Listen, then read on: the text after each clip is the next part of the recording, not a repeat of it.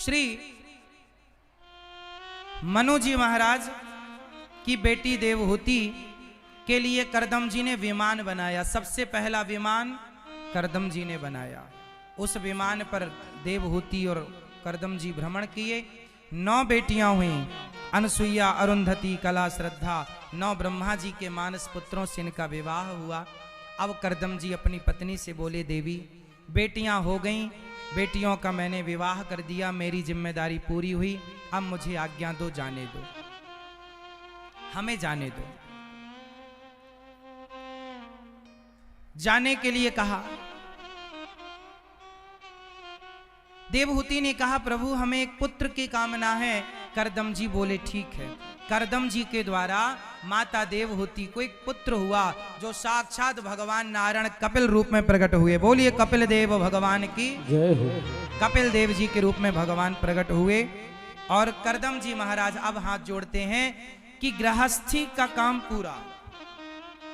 अच्छा बताओ, गृहस्थी कितने दिनों की होती है, कितने वर्षों की? मैया, ओ भैया जी, गृहस्थी, गृहस्थ आश्रम कितने वर्ष का होता है? पीछे वाली मैया, ओ मैया, लाल मैया, ओ मेरी मां, जा रही हो तो बैठो मेरी मां, जल्दी बैठो। देखो, गृहस्थी 25 साल की है, ब्रह्मचर्य आश्रम 25 साल का, वानप्रस्थ 25 साल का और सन्यास 25 साल। टोटल कितने हो गए? 100। हम 100 साल की उम्र लेकर आए हैं, लगभग, कोई कम ज्यादा, पर 100 साल माने जाते हैं। भाई साहब, ओ भैया, इनको जल्दी निकाल दो ना, बच्चों को जाने दो, क्यों कैद किए हैं? जल्दी जाओ, जिनको जाना है। बार बार ही उठना बैठना, आगे ही ये सब ना हो, पीछे से कोई उठे बैठे कोई दिक्कत नहीं जाती, आगे डिस्टर्ब होता है। जल्दी उठवा के भिजवा दो घर इनको, जिनको जाना है। बोल दो एक बार, जिनको जाना है जल्दी एक बार में, फास्ट, बार बार नहीं। जिनको जाना है एक बार में बोलो, फास्ट। और आगे से कोई उठना मत, अभी जल्दी उठ जाओ जिनको उठना है। अभी जाना है जल्दी जाओ, फिर ना उठना, ना जाना, ना आना। बैठे हो तो बिल्कुल बैठो। यहां सबको बिठाओ, सब शांति से सुने। सुनो, गृहस्थ आश्रम कितने दिन का है? जोर से 25, टोटल 100। आप लोगों अच्छा, गृहस्थ आश्रम कब पूरा होता है? जब आपकी बेटी का विवाह हो जाए, जब आपके बेटे का विवाह हो जाए। आपकी बेटी का विवाह हो गया, आपके बेटे का विवाह हो गया, मतलब समझ लो कि आपकी गृहस्थी की जिम्मेदारी पूरी हो गई। अब जब बेटी और बेटों का विवाह हो गया तो मन परिवार से हटाकर अब भगवान में मन लगाने का टाइम आ गया। अब गृहस्थ आश्रम पूरा होने को आया है। मैया, आप में से कितने लोगों के बेटी और बेटों का विवाह हो चुका है? जिनकी बेटी और बेटों का विवाह हो गया वो हाथ उठाएं। हो गया, मतलब आप लोगों की गृहस्थी पूरी हो गई। अब पूरी हो गई। अब आप दोनों पति पत्नी साथ में रहो, पर भोगी बनकर नहीं, योगी बनकर के रहो, भक्त बनकर के रहो। अब ब्रह्मचर्य का पालन करो और मन भोगों से हटाकर भगवान के श्री चरणों में मन लगाओ। यही गृहस्थी है। बेटा बेटी से मन हटा लो। आप लोग ना पहले तो बेटा बेटी में मन लगाते हो, फिर बेटा बेटी का विवाह हो गया, पोता पोती हुए तो पोता पोती में मन लगाओ। अरे मन को हटाना है, मन को लगाना नहीं है। अच्छा बताओ, मन लगाने में फायदा है संसार में, या संसार से मन को हटाने में फायदा है? आप जगत में मन लगाने आए हो या जगत से मन हटाने आए हो? जोर से। तो मन हटाने के लिए क्या करोगे? अभ्यास करोगे, प्रैक्टिस। कैसे करोगे? पहले अपने बच्चों से मन हटाओ, बेटी से मन हटाओ, बेटे से मन हटाओ, और सबसे मन हटाकर उस मन को भगवान के चरणों में लगाओ। आपके पास मन कितने हैं? मैया, भैया, आप लोगों के पास मन कितने हैं? एक मन है। और दिल कितने हैं? दिल दिल एक या दो?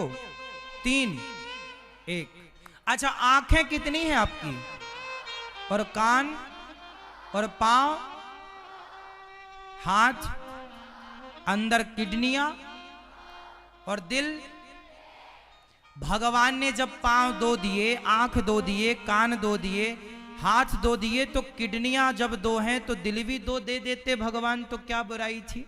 दो दिल होते तो आप बड़े फायदे में रहते। एक दिल पत्नी को दे देते और एक दिल भगवान को दे देते। लेकिन अब तो एक ही है, पत्नी को दे कि भगवान को दे? आपने अपना दिल किसे दे रखा है? श्रीमती जी को।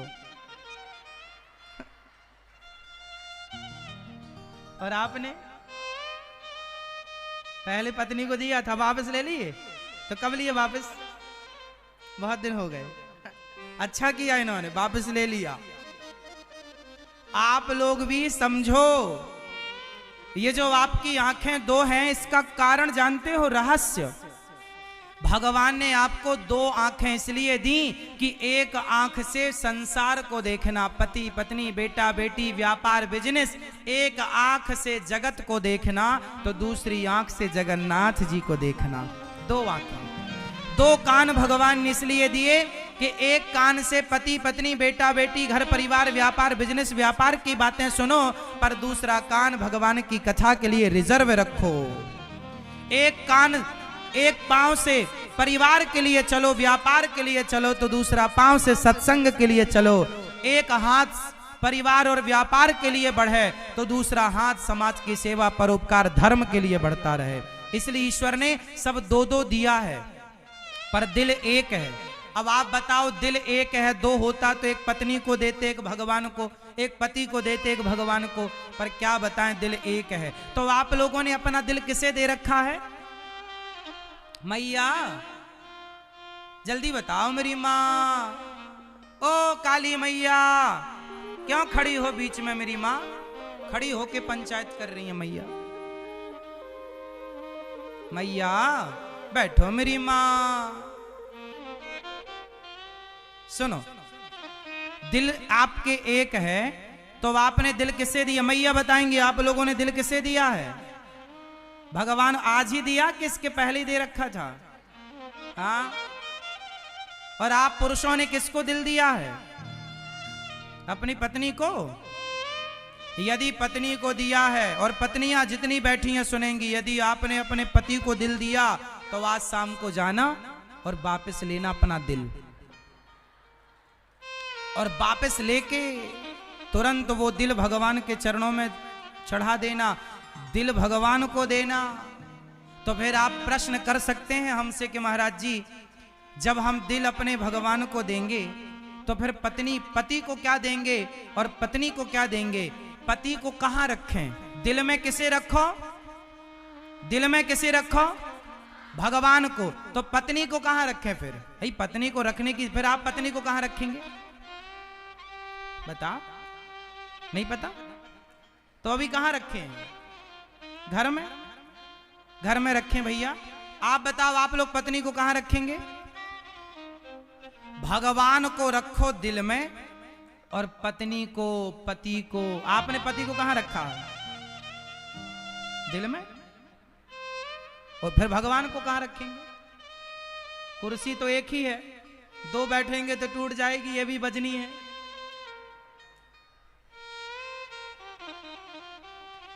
दिल में भगवान को जगह दो, फिर पत्नी को कहां बिठाएं, पति को कहां बिठाएं, परिवार को कहां बिठाएं? हाँ, उसकी जगह हम बता रहे हैं। उनको बिठाओ दिमाग में।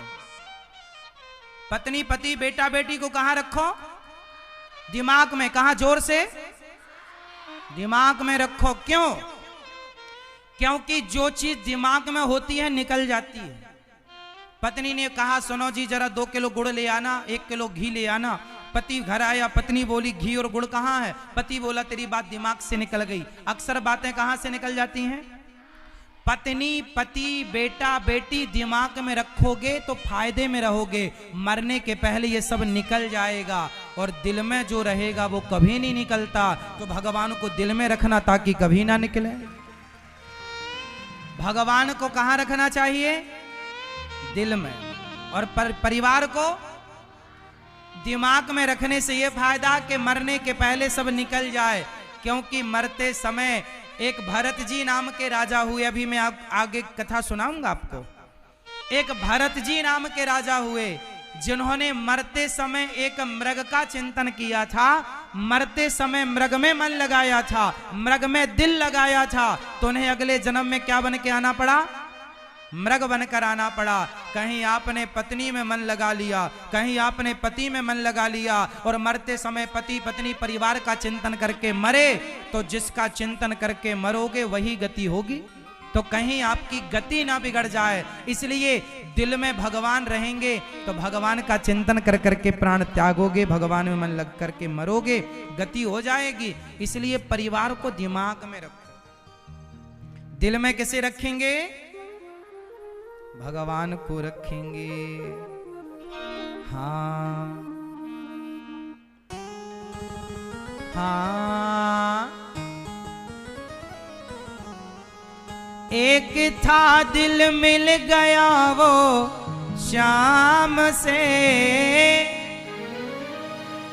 एक था दिल मिल गया वो शाम से, अब कहीं दिल को लगाने की हमें फुर्सत नहीं।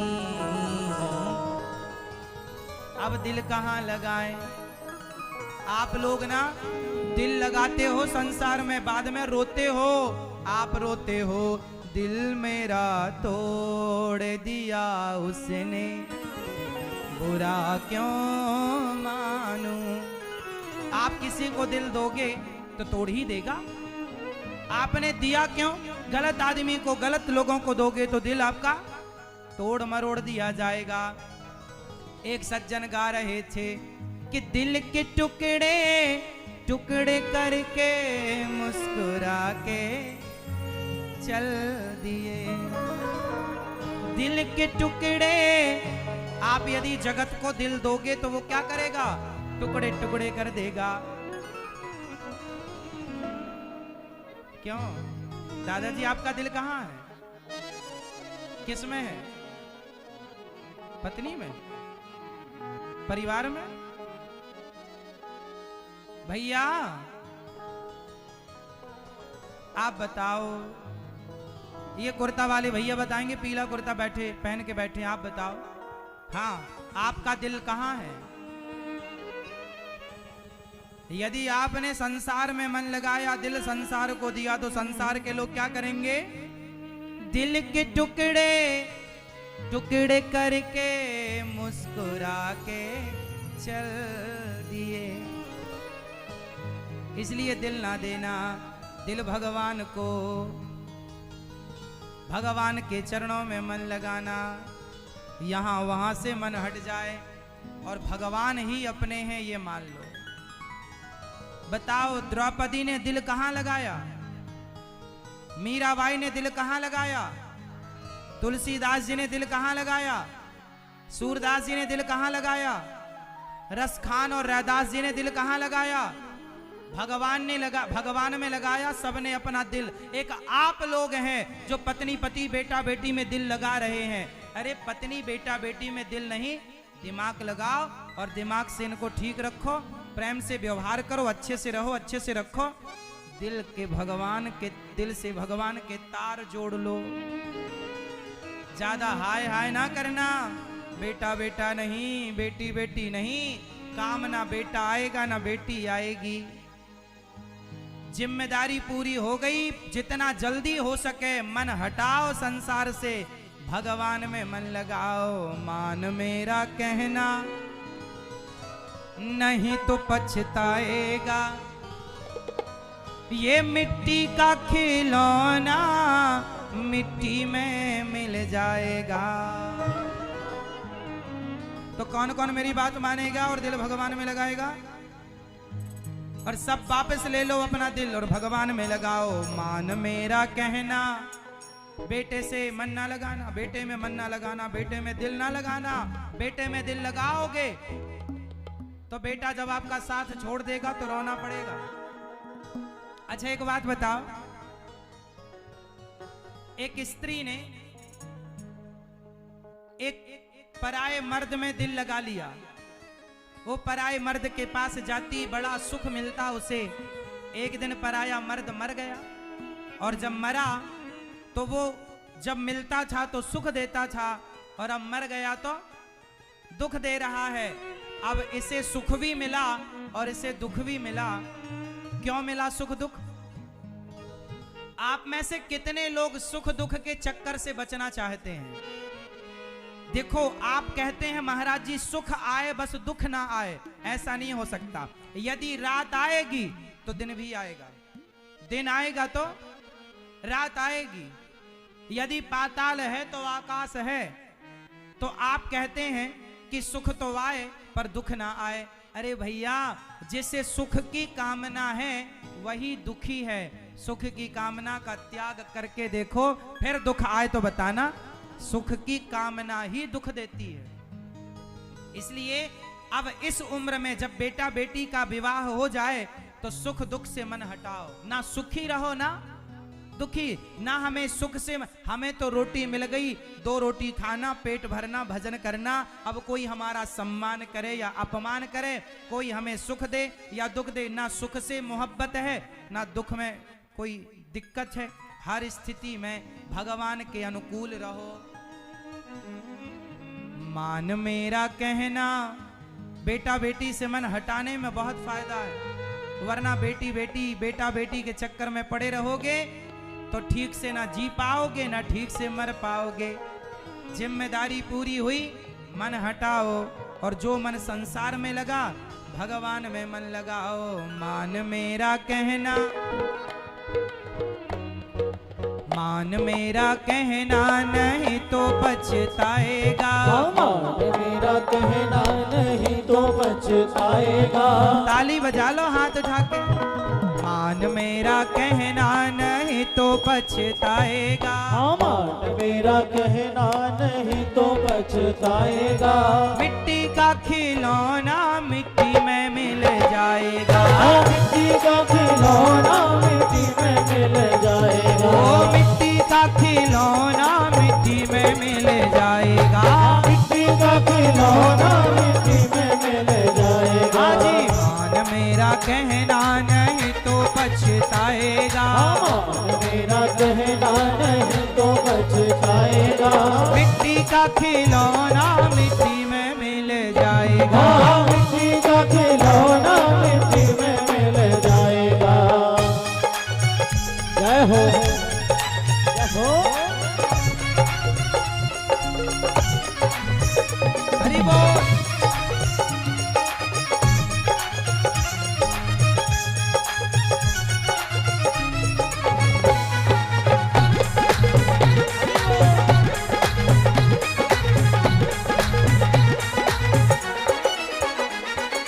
बेटा बेटा क्या करता है? बेटा बेटा क्या करता है? मन बेटे में लगाओगे तो क्या होगा? बेटा बेटा क्या करता है? बेटा बेटा क्या करता है? बेटा तेरा एक दिन पड़ोसी बन जाएगा। बेटा तेरा एक दिन पड़ोसी बन जाएगा। बेटा तेरा एक दिन पड़ोसी बन जाएगा। बेटा तेरा एक दिन पड़ोसी बन जाएगा। मिट्टी का खिलौना मिट्टी में मिल जाएगा। मिट्टी का खिलौना मिट्टी में मिल जाएगा। मान मेरा कहना नहीं तो पछताएगा। मेरा कहना नहीं तो बच जाएगा। मिट्टी का खिलौना मिट्टी में मिल जाएगा। मिट्टी का खिलौना मिट्टी में मिल जाएगा।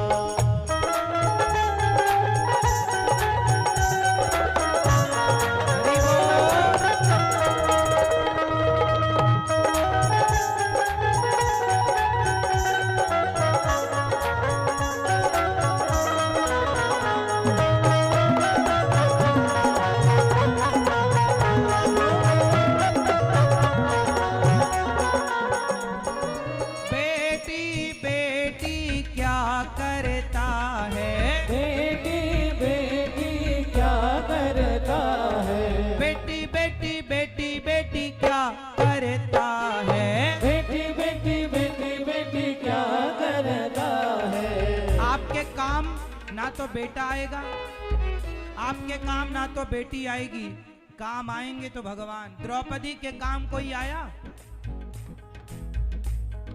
बेटी बेटी क्या करता है, बेटी बेटी क्या करता है, बेटी तेरी एक दिन जमाई ले जाएगा, बेटी तेरी एक दिन जमाई ले जाएगा, बेटी तेरी एक दिन जमाई ले जाएगा, बेटी तेरी एक दिन जमाई ले जाएगा, मिट्टी का खिलौना मिट्टी में मिल जाएगा, मिट्टी का खिलौना मिट्टी में मिल जाएगा, मान मेरा कहना नहीं तो पछताएगा, मेरा कहना नहीं तो बचताएगा, मिट्टी का खिलौना मिट्टी में मिल जाएगा, मिट्टी का खिलौना मिट्टी में मिल जाएगा।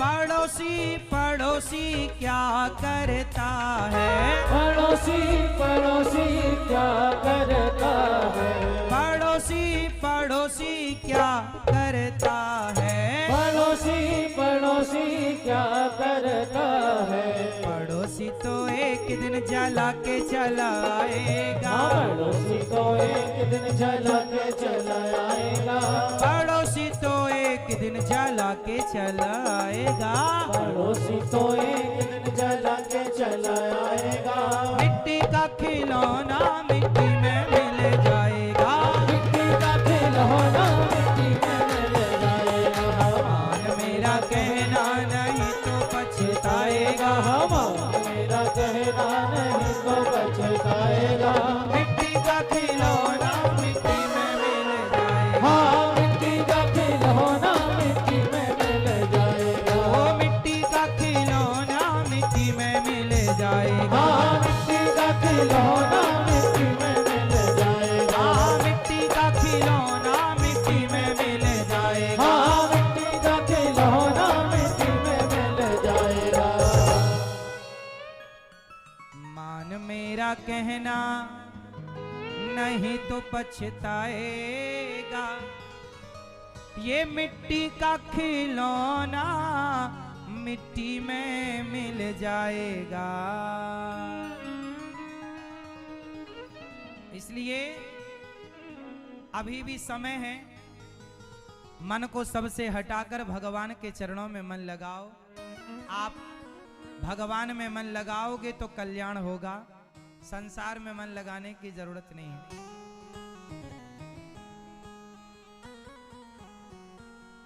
है ना? पत्नी और बेटा और बेटी और परिवार, इन सब से आप बढ़िया व्यवहार करो।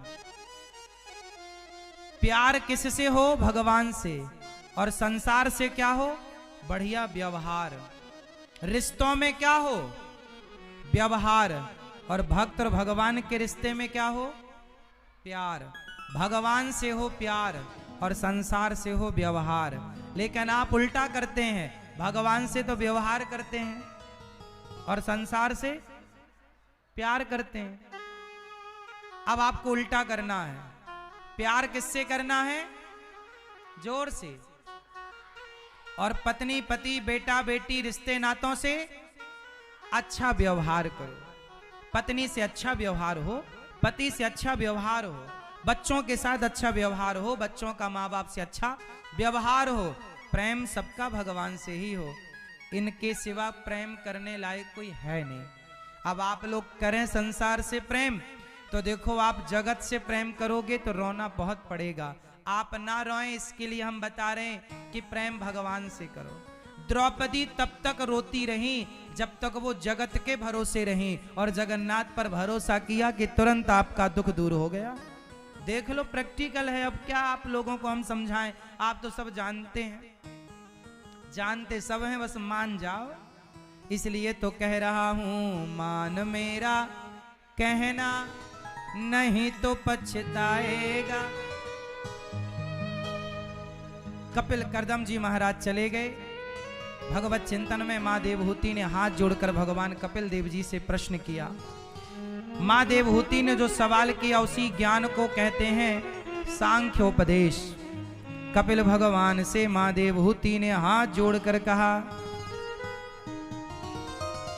कि हे प्रभु,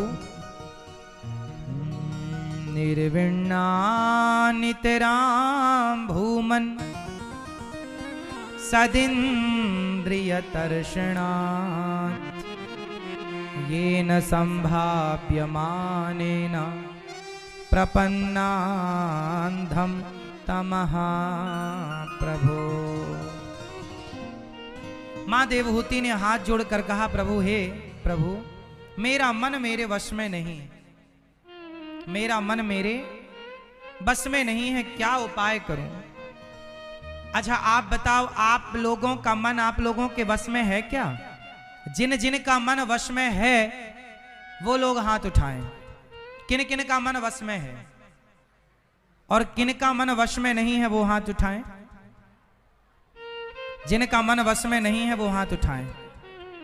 चलो छोड़ो, कौन कौन अपना मन वश में करना चाहता है ये बताओ, हम उपाय बताएंगे फिर आप करना। मन को वश में करने का उपाय बताऊंगा, किस किस को ये सुनना है और किस किस को फॉलो करना है, अर्थात जीवन में उतारना है। मन को वश में करने का उपाय क्या है? ये प्रश्न अर्जुन ने पूछा भगवान श्री कृष्ण से भगवद गीता में कि हे श्याम सुंदर, चंचलम ही मनः कृष्ण, मेरा मन बड़ा चंचल है। अर्जुन ने पूछा, हे कृष्ण मेरा मन बड़ा चंचल है, बताओ मैं क्या करूं? तब भगवान ने मन की चंचलता को मिटाने का जो समाधान दिया वो गजब था। आप कहो तो मैं आपको बताऊं, तो ध्यान से सुनो। मन को वश में करने का उपाय, और पूरी फसाद की जड़ मन है। जब तक मन आपका आपके वश में नहीं होगा तब तक जीवन में कष्ट है, परेशानी। और जिस दिन मन वश में हो गया उस दिन आपके जीवन में आनंद ही आनंद होगा। आज तो भिंड की पावन धरा पर जहां देखो वहां भक्त ही भक्त नजर आ रहे हैं। अपार जन सैलाब आपका, आप लोग इतना आशीर्वाद और इतना प्यार देने आए, इसके लिए धन्यवाद आप सबका। और आप बहुत कुछ सीख कर जाएंगे, बहुत कुछ आप सीखेंगे इस पावन सी कथा से। बहुत श्रद्धा से आप बस सुनिए और जो सुनाया जा रहा उसे समझने का पूरा पूरा प्रयास कीजिए। एक भी शब्द ना छूटे आप लोगों से, ऐसी कोशिश कीजिए। देखो, श्री कपिल भगवान ने मां को कहा, मां देखो हम लोग ना अपने मन को वश में कर नहीं पाते, इसलिए परेशानी है। जिनका मन शांत है, वश में है, वो लोग दुखी हैं ही नहीं। अच्छा दुखी कौन लोग हैं? जिनका मन वश में नहीं है। दुखी कौन लोग हैं जिनका मन वश में? अरे जिनका मन वश में होगा, जिस दिन हो जाएगा उस दिन अपार सुख की अनुभूति हो जाएगी। उस दिन परमात्मा की प्राप्ति होने में देर थोड़ी है। पर मन वश में कैसे हो? अब मैं उपाय बता रहा हूं मन को वश में करने का। अच्छा बताओ, मंदारी बंदर को वश में कर लेता है कि नहीं? हाँ या ना? अब बताओ बंदर कितना चंचल होता है कि नहीं? सबसे चंचल प्राणी कौन है? बंदर सबसे चंचल, लेकिन मंदारी उसे भी वश में। अब बताओ जरा कैसे वश में करता है? जोर से। मंदारी बंदर को कैसे वश में करता? बच्चों बताओ कैसे? अभ्यासेन तु कौन्तेय वैराग्येण च गृह्यति। प्रैक्टिस कैसे करता है? और सुनो, एक दिन में बंदर वश में नहीं होता, सालों लग जाते हैं बंदर को वश में करने के लिए। मंदारी को बचपन से सिखाता है, तब जाकर के वो साल भर में सीखता है। सोचिए कि मंदारी ने करने से बंदर को वश में कर लिया। यदि बंदर जैसे चंचल प्राणी को प्रैक्टिस के कारण करत करत अभ्यास के जड़मति होत सुजान, रसरी आवत जात है सिल पर पड़त निशान। अरे प्रैक्टिस करने से, कोशिश करने से लगन लगी तो प्रैक्टिस करके बंदर को वश में किया जा सकता है। तो आप भी प्रैक्टिस करो, मन को भगवान में लगाओ, मन को वश में करने का अभ्यास करो। ये मन भी वश में होगा जैसे बंदर वश में हो गया। मन वश में कैसे होगा? जोर से, अभ्यास से। अभ्यास कौन कौन करेगा आज से? धीरे धीरे रोज अपने मन को भगवान में लगाओ, रोज सत्संग करो। मन ना लगे तो भी लगाओ, सत्संग से भागे तो भी कथा में मन लगाओ, अच्छे कामों में मन ना लगे तो भी लगाओ।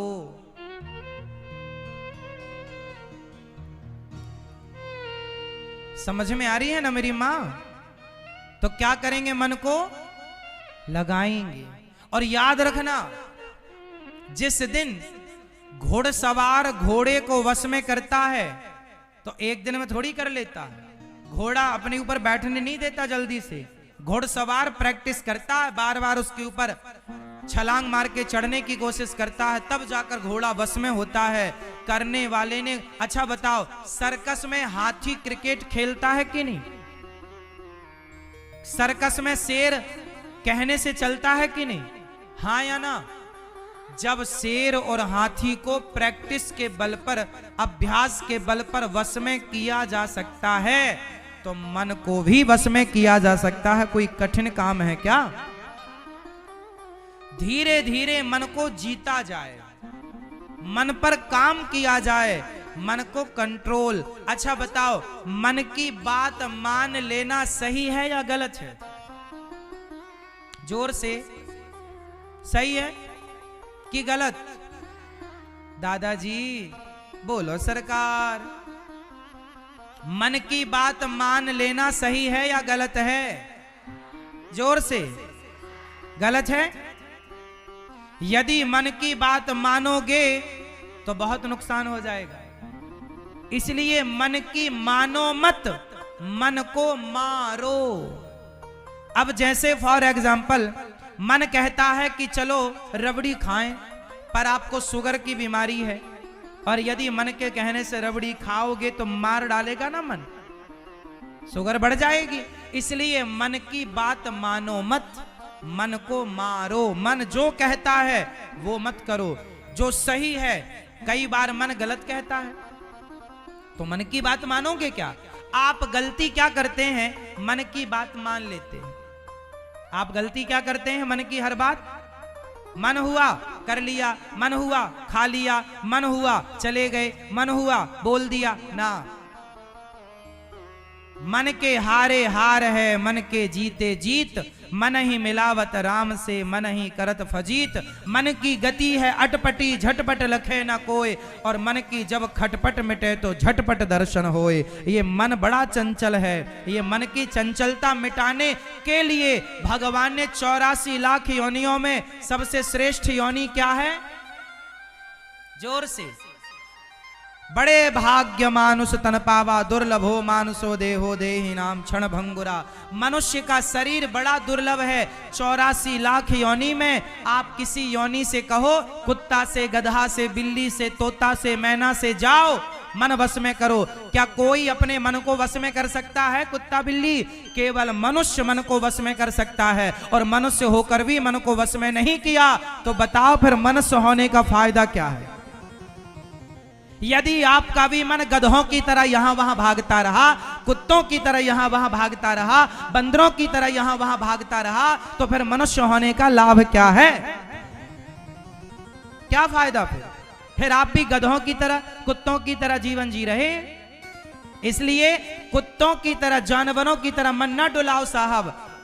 आप बड़े भाग्य से शरीर पाए हैं, साधना के लिए पाए हैं। मन को भगवान की साधना में लगाओ, मन को भगवान के चिंतन में लगाओ, और 17 जगह जो तुम्हारा मन डोल रहा है, जिसका मन जितना यहां वहां भागेगा उसके जीवन में उतनी अशांति होगी, और जिसका मन जितना केंद्रित होता चला जाएगा उतनी शांति होगी। शांति कौन कौन चाहता है? उठा लो हाथ। शांति चाहते हो तो मन को क्या करना पड़ेगा? केंद्रित करना पड़ेगा। कैसे करें? अब अभ्यास से, प्रैक्टिस से। अब सुनो, जल तालाब में पानी भरा है और पानी बिल्कुल शांत है, तो शांत पानी में आपका चित्र दिखाई पड़ता है कि नहीं? प्रतिबिंब। हाँ या ना में उत्तर दो। मैया, शांत पानी है तालाब का, तो आप झांक कर देखो, आपका बिल्कुल चित्र दिखाई पड़ेगा। हाँ या ना? और पानी में एक जरा पत्थर मार दो तो पानी में तरंगे, लहरें उठेंगी, फिर उसमें आपका चित्र दिखाई पड़ेगा। पानी शांत होना चाहिए। जब शांत पानी होगा तो शांत जल में आपका प्रतिबिंब नजर आएगा। उसी तरह जिस दिन लिखो, जिस दिन आपका मन शांत होगा उस दिन मन मंदिर में भगवान का दर्शन हो जाएगा आपको, जैसे शांत जल में आपको आपका दर्शन हो गया। मन की साधना बड़ी कठिन नहीं है, पर प्रैक्टिस है तो पॉसिबल है। और पूरा खेल मन का है। आप कितने लोग सहमत हैं इस बात से कि पूरा खेल मन का ही है साहब?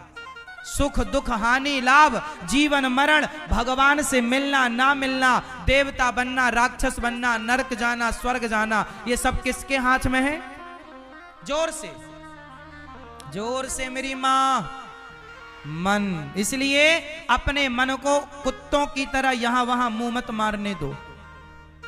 अपने मन को सुअर की तरह ना बनाओ कि कहीं भी जाए। यदि तुम्हारा मन 17 जगह जा रहा है तो तुम्हारा मन सुअर है, और सुअर बहुत अच्छा नहीं होता। इसलिए कंट्रोल। लोग कहते हैं महाराज जी हमारा तो मन नहीं लगता। भिंड में कुछ लोग अभी कहते रहे हमारा तो मन नहीं लगता, हमारा तो पढ़ाई में मन नहीं लगता, हमारा तो काम में मन नहीं लगता। ये कोई सवाल नहीं है दोस्तों। मन नहीं लगता, अरे मन लगाओ। अच्छा ये बताओ, मन आपका गुलाम है कि आप मन के गुलाम हैं? साहब बड़ी महत्वपूर्ण बात बोल रहा हूं, सुन लेना, ध्यान से सुनना और उत्तर दो। आप मन के गुलाम हैं कि मन आपका गुलाम है? जोर से। आप मन के गुलाम हो या मन आपका गुलाम है? आप किसके गुलाम हैं? मन आपका गुलाम है कि आप मन के गुलाम हैं? हम बोलो, हम मन के गुलाम नहीं हैं। मन हमारा गुलाम है, और गुलाम को गुलाम की तरह रखो, सिर पे चढ़ा के ना रखो, मालिक की तरह। मन के ऊपर चढ़ो और मन से काम कराओ। मन नहीं लगता तो चढ़ो उसके ऊपर, मन लगाओ। मन इतना भी आजाद ना हो कि आपको गलत राह पर ले जाए। अब किसी का मन करा, एक लड़की गुजरी, उस लड़की को घूर घूर के देखने लगे, उसका पीछा करने लगा, अकेली मिल गई तो उसको छेड़ करके उसके साथ बलात्कार किया। ये सब कौन कर रहा है? मन। मन को इतना आजाद ना कर देना, वरना मनुष्य बनना व्यर्थ चला जा। समझो आप लोग कि मनुष्य होना कितनी बड़ी बात है। बड़े भाग्य मानुष तन पावा, लेकिन आपको यही नहीं पता कि मनुष्य भगवान ने क्यों बनाया है। समझो और मन को कंट्रोल करो साहब। कुछ भी कहीं भी मन ना जाए, मन आपका गुलाम। आज से आप अपने मन को क्या बनाएंगे? अपना। हाँ, तू मेरा गुलाम है, चल जो कहूं वो कर। मन से कहो चल पूजा में लग। आप कहते पूजा में मन नहीं लगता। अरे तो मन के गुलाम हो कि मैं 2 थप्पड़ मारो मन को? रे मन, तू सत्संग कर, चल छोड़ जगत की रीत, अंत समय पछताएगा जब आयु जाएगी। मन को 2 तमाचा मारो। तेरी क्या औकात साले, तू यहां वहां भागेगा? मन को लगाओ, नहीं लगे 2 थप्पड़ मारो। नहीं, तेरी औकात जहां जहां तेरा जी करे जा। हम तो पूजा में बैठे हैं, पूजा करेंगे, जा तू भाग जा। मन को ना आप लोग सिर पे चढ़ाए हो। हमारी मैयाएं मन को सिर पे चढ़ाए रखती हैं। मन हुआ तो ये कर लिया, मन हुआ तो वो कर लिया। क्यों मन पे क्यों? आज हमारा मन नहीं है, सत्संग में आज हम नहीं आएंगे महाराज जी, आज हमारा मन नहीं है। आग लगे तुम्हारे ऐसे मन में? ये क्यों नहीं लगेगा? मन तुम्हारा गुलाम, 2 थप्पड़ मारो, चल कर काम। नौकर काम नहीं करता तो आप बोलो भाई तेरे को काम करने के लिए रखा, काम कर। तो मन हमारा गुलाम है, नौकर, चल काम कर। अब आप क्या कहते हैं, मन तो लगते ही नहीं, मन तो काम करते नहीं, हाँ सिर में चढ़ा रखा। सुनो, बंधन और मुक्ति किससे होती है? तो कितने लोग मुक्ति चाहते हैं? जो मुक्ति चाहते हैं वो हाथ उठाएं। तो मुक्ति चाहते हो तो मन को कहां लगाना पड़ेगा? भगवान में। और बंधन चाहते हो तो मन कहां लगाना पड़ेगा? संसार में। अब एक सवाल और खड़ा होता है, महाराज जी मन को भगवान में लगाएं तो क्या काम धाम बिल्कुल ना करें, बिजनेस ना करें? ना करो। हमने ये कब बोला कि मत करो? काम करो, पैसा कमाओ, बिजनेस करो, पढ़ो लिखो, खूब पैसा कमाना चाहिए। भिंड वालों, जितना पैसा कमाते हो उससे डबल कमाओ। 10 लाख कमाते हो 20 लाख कमाओ, 50 लाख कमाते हो 1 करोड़ कमाओ, पैसा ज्यादा कमाओ, ज्यादा सफल बनो, कामयाब बनो। लेकिन काम करते हुए, बिजनेस करते हुए, व्यापार करते हुए, खेतीबाड़ी करते हुए, सारा काम करते हुए बस मन भगवान के चरणों में लगा रहे। हे नाथ, मैं आपको कभी, बोलो हे नाथ, मैं आपको कभी भूलू नहीं। मन ही, मैं केवल मन पर कंट्रोल कह रहा हूं, मन को भगवान में लगाओ। अभी आपका मन कहां लगा? यहां, वहां, वहां, सबसे हटाओ, केवल प्रभु। काम करो और मन भगवान में लगा रहे। हे प्रभु, मेरे मन से अपराध ना बने, मेरा मन गलत जगह पर ना लगे, किसी के साथ मैं बुरा ना करूं, मनसा वाचा कर्मणा, मन से, वाणी से, कर्म से मैं गलत ना करूं, ऐसी प्रार्थना करनी चाहिए। कपिल देव भगवान का दिव्य ज्ञान माता देवहूति ने सुना और मां सिद्धा नाम की नदी बनकर बह गई। कपिल देव जी ने आचमन किया, सीधे गंगा सागर चले गए। बाकी तीर्थ बार बार गंगा सागर, तितिक्षवः कारुणिकाः सुहृदः सर्वदेहिनां, अजात शत्रवः शांता साधवः साधुभूषणः। भगवान कपिल देव जी ने कहा, मन सत्संग से जोड़ो मैया और भगवान में मन लगाओ। चित्त से जब भगवान से मन को जोड़ा, माँ देवहूति का मन शुद्ध हुआ, हृदय में भगवान प्रकट हुए और माँ देवहूति का कल्याण हो गया। भगवान कपिल देव जी गंगा सागर चले गए। बोलिए कपिल देव भगवान की जय हो। मनु जी महाराज की तीसरी बेटी का नाम है प्रसूति। प्रसूति मां का विवाह दक्ष से हुआ। दक्ष की सबसे छोटी बेटी का नाम है माता सती। सती का विवाह किनसे हुआ? सती का विवाह किनसे हुआ? भगवान शंकर जी से। एक दिन की बात है कि माता सती को लेकर शंकर जी कथा सुनाने चले गए। चलो आज कथा सुनकर आते हैं। जैसे आप लोग पिक्चर देखने जाते हैं, ऐसे शंकर जी कथा सुनाने गए। चलो पार्वती सती मैया को बोले कथा। एक बार त्रेता युग माही शंभु गए, कुंभज ऋषि पाही, संग सती जग जननी भवानी, पूजे ऋषि अखिलेश्वर जानी। खूब पूजा की ऋषि जी ने, अगस्त जी ने। आज संत शंकर जी आए, माता सती आई, अगस्त जी ने पांव धोकर शंकर जी का चरणामृत लिया और बड़े प्रेम से, बड़े भाव से कथा सुनाई। शंकर जी ने तो कथा श्रद्धा से सुनी, पर माता सती को कथा में क्या हो गया? संदेह। क्या हो गया? और गीता में लिखा है संशयात्मा विनश्यति। शंकर जी कथा सुनते हैं, देखो जरा, और आप लोग क्या देखते हैं? पिक्चर, मूवियां देखते हो। भिंड के लोग पिक्चर देखते हैं कि नहीं? आप कितने लोग देखते हैं पिक्चर? क्या देखा आपने पिक्चर में? बताओ, आपने पिक्चरों से क्या सीखा? अच्छा बताओ, भिंड के लोगों ने मूवियों से, पिक्चरों से क्या सीखा? जरा बताओ, क्या सीखा? हम बताएं आपको, पिक्चरों से आपने क्या सीखा? सुनो, मुझे पीने का शौक नहीं, पीता हूं गम भुलाने को। ये कहां से सीखा है? पिक्चरों से सीखा है। पिक्चरों का बहुत बड़ा योगदान रहा समाज को शराबी बनाने में। भारत देश में जितनी शराब बिक रही है और जितने लोग शराब पी रहे हैं, शराब के प्रचार प्रसार में सबसे ज्यादा कौन लगा हुआ है? सुपर डुपर स्टार लोग। जितनी पिक्चर बनती हैं सारी पिक्चरों में, लगभग पिक्चरों में शराब पीने का सीन होता है। कितने लोग सहमत हैं इस बात से? शराब पीने का सीन दिखाते हैं कि नहीं वो लोग? क्या चाहते हैं वो लोग? कि आप लोग शराब पिए। आप में से कितने लोग चाहते हैं कि आपका बेटा बेटी शराब पिए? कोई चाहता है? जोर से। आप तो नहीं चाहते कि मेरा बेटा बेटी शराब पिए, लेकिन पिक्चर देखेंगे तो वो तो शराब पिएंगे, क्योंकि वो तो कहते हैं कि मुझे पीने का शौक नहीं, गम भुलाने को पीता हूं, और गम तो आज सबको ही है। पिक्चर बनी जिसमें कहा गया जीना अगर जरूरी है तो पीना बहुत जरूरी है। ऐसे ऐसे गाने आप लोग सुनते हैं। समाज को बिगाड़ने में जितना योगदान मूवियों का है, मुझे नहीं लगता कितना बड़ा योगदान किसी का हो सकता है।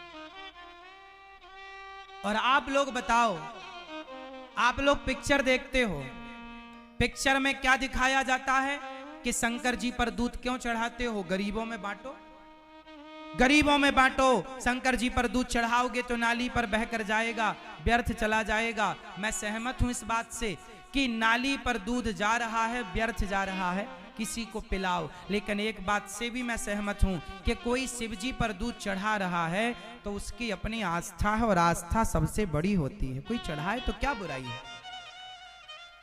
अब ये दूसरा पहलू है कि शंकर जी पर दूध क्यों चढ़ाया जाता है? गरीबों में बांटा जाए। हाँ तो सुनो, हम तो गरीबों में बांटते हैं। गौरी गोपाल आश्रम में शंकर जी पर दूध नहीं चढ़ाया जाता, वहां तो खीर बनाई जाती है और भक्तों में बांटी जाती है। हम तो बांट रहे हैं। अब पिक्चर बनाने वालों से जरा पूछो कि तुम्हें तो बड़ी अक्ल है कि दूध शंकर जी पर क्यों चढ़ाते हो? गरीबों में बांटो।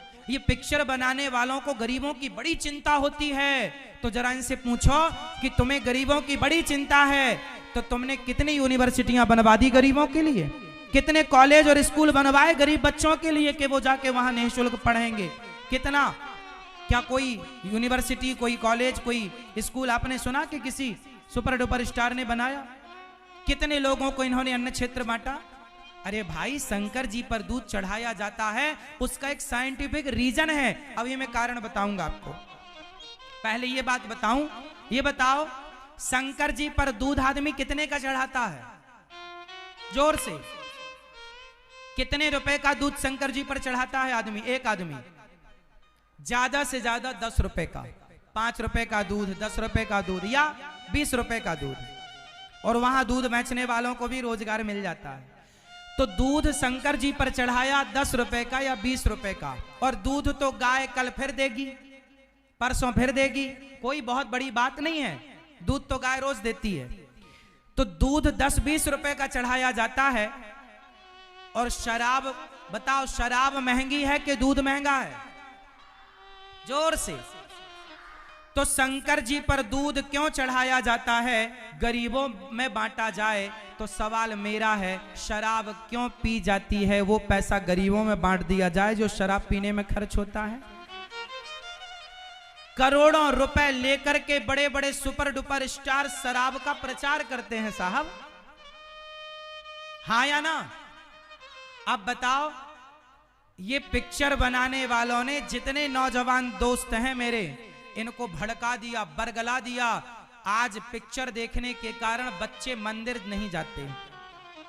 पहले बच्चे मंदिर जाते थे, अब मंदिर नहीं जाते। उन्हें लगता है कि वो पिक्चर बनाने वाले ठीक कह रहे हैं कि दूध चढ़ाने से शंकर जी पर वेस्ट होता है, गरीबों में बांटा जाए। अरे भाई साहब, क्या शराब पीने से पैसा वेस्ट नहीं होता? उत्तर दो। शंकर जी पर दूध चढ़ाने से किसी माँ बहन बेटी का सुहाग नहीं उजड़ता, लेकिन शराब पीने से लाखों बहन बेटियों का शराब उजड़ गया, माँ का शराब सुहाग उजड़ गया। कितनी माँ विधवा हो गई, पति मर गया, भाई मर गया, बेटा मर गया। शराब ने लाखों की जान ले ली साहब। और आपको लग रहा है कि शराब सही है? कैसे सही हो सकती है? शराब पीने वाले मर्द के घर में जाओ और उसकी पत्नी से पूछो कि उसका जीवन कैसा है। नरक से बदतर जीवन होता है शराबियों की पत्नियों का। साहब शराब ना पीना, और पीना तो शादी मत करना, फिर मरो जियो कुछ हो कोई फर्क नहीं पड़ता। शादी के बाद शराब ना पीना, वरना तुम्हारी अर्धांगिनी का जीवन बर्बाद हो जाएगा, तुम्हारी पत्नी की जिंदगी बर्बाद हो जाएगी। बेचारी खून के आंसू रोती है। ये बात सही है कि गलत है बताओ?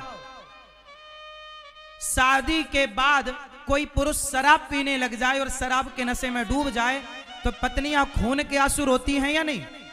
हाँ या ना? अब बताओ, तो शराब पीना ज्यादा फायदेमंद है या दूध पीना? इसलिए दूध पिया करो। और शराब जब पीते हो, शंकर जी पर दूध चढ़ाते हो तो गरीबों की याद आती है, तो शराब पिया करो तो गरीबों को याद कर लिया करो साहब कि ये पैसा गरीबों में जाएगा तो कल्याण होगा। बड़े बड़े पैसे वाले भैया मैंने सुना है कि 5-5 लाख रुपए की बोतल पीते हैं। एक बोतल शराब 5 लाख की आती है। महंगी दारू आती है, जो बड़े पैसे वाले ना वो 5-5 लाख की शराब पीते हैं।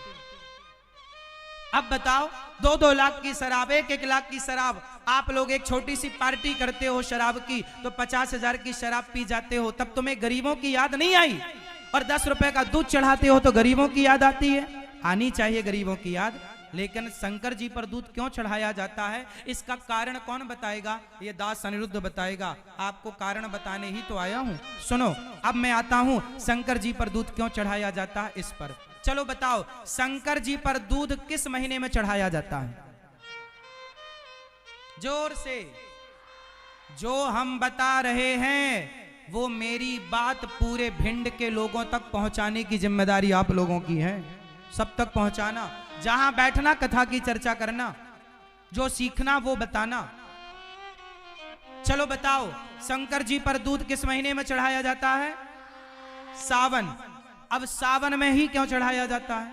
कारण, आषाढ़ में पहला पानी गिरता है। आषाढ़ में मानसून कब आता है? आषाढ़ में। आषाढ़ में पानी गिरा तो पहला पानी जब आकाश से गिरता है तो आपने सुना होगा अपनी माँ और पिता से कि पहला पानी दूषित होता है। पहले पानी में नहाते नहीं है क्योंकि वो प्रदूषण आकाश में जो होता है, पहला पानी में वो सारा प्रदूषण नीचे आता है। तो आषाढ़ में जो पानी गिरता है उस पानी से होती है घास। तो आषाढ़ में पानी गिरा तो घास होते होते सावन आ जाता है, क्योंकि घास को भी भैया अब आधे आषाढ़ में पानी आता है लगभग, तो 15 से 20 दिन तो घास को पैदा होने में लग जाता है। तो सावन लगते ही घास आती है और घास गैया खाती है। तो जब पहला पानी गिरा तो प्रदूषण लेके पानी आया, तो प्रदूषण वाले पानी से घास हुई तो घास भी प्रदूषित हो गई।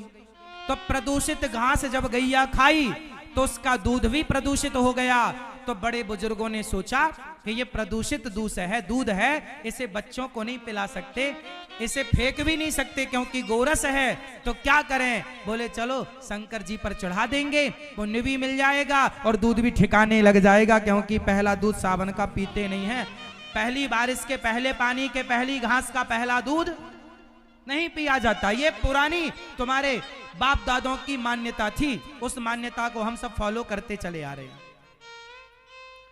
इसलिए सावन के महीने में दूध चढ़ाया जाता है। और याद रखना, शंकर जी पर चढ़ाया गया कोई भी दूध नाला और नाली पर नहीं जाता। नाला नाली आज बने हैं, आज से 100 साल पहले बताओ कोई नाला नाली था? जितने भी शंकर जी के मंदिर थे, सारे मंदिर या तो तालाब के किनारे थे या तो नदी के किनारे थे। आपके गांव में भी यदि कोई शिव जी का पुराना मंदिर होगा तो उसके आसपास कोई जलाशय जरूर होगा। ये बात सही है कि गलत है? क्यों जी, आपके गांव यहां कौन सा शिव जी का मंदिर फेमस है? मनखंडेश्वर महादेव। हाँ, अब ये जो महादेव का मंदिर, यहां कोई आसपास जलाशय है? कौन सा सरोवर? गौरी सरोवर। अब देखो, मैं तो नहीं जानता था आपके यहाँ क्या है क्या नहीं, लेकिन जो हमारे बाप दादों ने जो विधान बनाए बिल्कुल सही बनाए। पहले जहां जहां शिव मंदिर होते थे वहां या नदी होगी। अब जैसे उज्जैन में महाकाल मंदिर है तो क्षिप्रा नदी है। काशी में काशी विश्वनाथ मंदिर है तो गंगा नदी है। हाँ या ना? कोई भी शिव मंदिर होगा, तालाब नदी जरूर होगी। मतलब जो दूध चढ़ाते थे वो नदी में जाएगा, तालाब में जाएगा, तो नदी तालाब की मछलियां भी उस दूध का पान करेंगी। इसलिए इस भाव से दूध चढ़ाने की परंपरा रही कि दूध मछलियां भी खाएं, मछलियां भी दूध पिएं। हाँ या ना? अब तुम्हारे यहाँ जो गौरी कुंड है, तालाब, जो भी सरोवर है, अब पता नहीं वो अभी जीवित है या जरा सा बचा है। कुछ लोगों ने तो भैया कब्जा कर लिया। आपके यहाँ तो बढ़िया है, कुछ तालाबों में लोगों ने कब्जा कर लिया।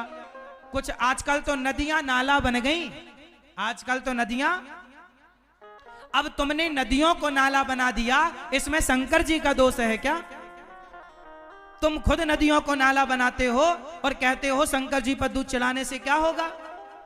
अरे भाई, दूध चढ़ाते हैं इसलिए कि गाय का दूध केवल हमारे बच्चे ना पिए, जल में रहने वाली मछली भी मत्स्य भगवान है वो, इसलिए उसको भी भोग लगना चाहिए। इसलिए दूध चढ़ाने की परंपरा है। हमारा जो धर्म है बिल्कुल साइंटिफिक है। अब ये पिक्चर बनाने वाले ये मूर्ख, ये क्या जाने कि इसका साइंस क्या है दूध चढ़ाने का। ये तो पिक्चर बना के, मूवी बनाकर नौजवान दोस्तों को बरगला रहे हैं बस। पिक्चरों के नाम पर पूरे देश में अश्लीलता फैला रहे हैं बस।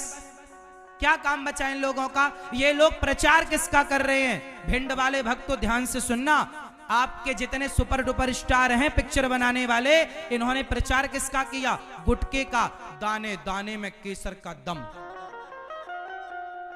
बताओ साहब, गुटके का प्रचार करना सही है?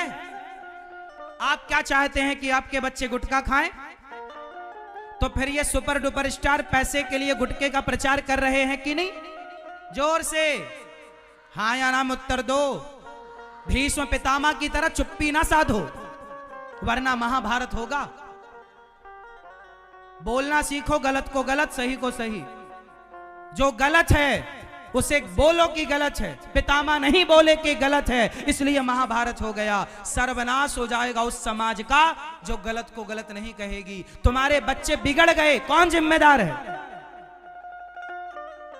आज सुपर डुपर स्टार किसका प्रचार कर रहे हैं? जुए का, जंगली रमी डाउनलोड करा रहे हैं ऐप जुआ का। आपका बच्चा जुआ खेलने लग गया, कौन जिम्मेदार? पिक्चर बनाने वाले सुपर डुपर स्टार जिम्मेदार। गुटखा खा रहा तुम्हारा बच्चा, दाने दाने में केसर का दम, कौन जिम्मेदार? Super duper star. ये जितने सुपर डुपर स्टार, हम साधु संत लोग आपको गला फाड़ फाड़ कर चिल्लाते हैं कि गलत राह पर ना चलो, सत्य बोलो, माँ बाप की सेवा करो, सच बोलो, अच्छे राह पर चलो। तो आप बोलते हो कि बाबा लोग तो पाखंडी हैं। आपने संतों को पाखंडी बना दिया और जो भरे आम खुले आम आपके बच्चों को गलत राह पर ले जाने की शिक्षा दे रहे, उन लोगों को आपने सुपर डुपर स्टार बना दिया। वाह, अच्छा न्याय कर लेते हो आप लोग। संतों को गालियां देने में लग गए भारत के कुछ लोग, संतों को अपमानित करने में लग गए भारत में कुछ लोग, संतों को बदनाम करने में लग गए भारत में कुछ लोग, और सुपर डुपर स्टारों को सिर पर बिठा रखा है जो खुलेआम तुम्हारे बच्चों को गलत राह दिखा रहे हैं। समझ लो, सही है तो समझ लो। हमारा देश संतों का देश रहा है। स्वामी विवेकानंद हो, चाहे रामकृष्ण परमहंस हो, चाहे सूरदास, तुलसीदास, रैदास, रसखान, इन महान संतों ने भारत के इस पावन संस्कारों को बचाए रखा है। उन्होंने अपनी जिम्मेदारी निभा दी। अब भारत के संस्कारों को बचाए रखना, आगे बढ़ाना, ये हम सबकी जिम्मेदारी है। यदि ये संस्कार चले गए तो आपका अस्तित्व मिट जाएगा। तो बताओ, आपके बच्चों के लिए क्या जरूरी है? सुपर डुपर स्टार या संतों की जरूरत है? जोर से। इसलिए संतों का सम्मान किया करो। तुम्हारे भले की बात करते हैं संत। हम भिंड आए हैं, हमने आपसे कोई दौलत मांगी क्या? हम आपसे कोई प्रॉपर्टी लिखवाने आए हैं क्या? हम आपसे केवल हाथ जोड़ के विनती करने आए हैं कि शराब ना पीना। आपके बच्चों को सिखाने आए हैं कि गुटखा ना खाना। आपको सिखाने आए कि सास बहू लड़ना मत, पति पत्नी प्रेम से रहना, ये अच्छी बातें समझाने और सिखाने आए हैं। लेकिन कुछ लोग क्या कहते हैं, बाबा तो पाखंडी है, लुटेरा है। क्या लूट लिया भैया तुम्हारा? कौन तुम्हारे घर में घुस के डाका डाल लिया?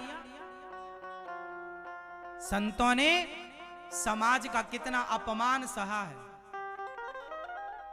कितना अपमान आज समाज में संतों का पिक्चर बना बना कर साहब नौजवान दोस्तों को संतों के प्रति बरगलाया जाता है। कितनी पिक्चर बनी, एक पिक्चर बनी, उस पिक्चर में संतों को इतना अपमानित किया गया, इतना गलत ढंग से बताया गया। अरे संत जो गलत है उन्हें तो सजा मिलनी चाहिए, जो गलत है वो गलत है, पर देखो 5 उंगली एक सी नहीं होती। जो गलत है उसे सजा मिले, पर जो सही है उसे सही भी तो कहा जाए। गलत को गलत कहो, सही को सही भी तो कहो। अब आपने सारे संतों को गलत कहना शुरू कर दिया। अरे वो संत गलत, तो सब कैसे गलत हो सकते हैं भाई? ये धरती टिकी किन पर है? संतों ब्राह्मणों के बल पर ना पृथ्वी टिकी है। ये संस्कार, ये संस्कृति किसके बल पर टिकी है? इसलिए भारत का जैसे ये पांडाल इन कॉलमों पर खड़ा है, ऐसे भारत की संस्कृति गाय, संत और ब्राह्मणों पर टिकी हुई है। इनका सम्मान करना सीखिए, आदर करना सीखिए, अपमान ना कीजिए और अपने बच्चों को समझाओ, बेटा थोड़ा सत्संग करो तो अक्कल आएगी, वरना बुद्धि भ्रष्ट तो हो ही रही है पिक्चर देख देख करके। टीवी पर ऐसे ऐसे सीरियल बनाए जाते हैं जिसमें सास को बड़ी खूंखार दिखाया जाता है।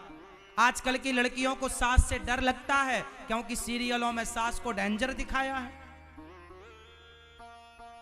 शादी के पहले लड़कियों को भड़का दिया जाता है सीरियलों के माध्यम से, भारत की सास ऐसी है। अरे भारत की सास मां है, लेकिन पिक्चर, मूवी और सीरियल, और आप लोग दिन भर सीरियल देखते हो, सास बहू साजिश, सास बहू साजिश। बिगड़ गई तुम्हारी छोरी, अब सास से नफरत करती है। आजकल तो ऐसा होता है, लड़की चाहती है कि मेरा विवाह वहां हो जहां मेरी सास ना हो, मैं सास को झेल ना पाऊंगी। लड़कियां ऐसा कहती हैं। क्यों ये बातें क्यों आई? क्योंकि आप सीरियल देखते हो और सीरियल में सासें ऐसी हैं जो गलत ढंग से प्रस्तुत की जा रही हैं, जबकि रियल जिंदगी में ऐसा है कुछ नहीं। सास मां है, सास तो कौशल्या भी थी। बताओ माता सीता को कौशल्या जैसी सास से कोई समस्या थी? जोर से।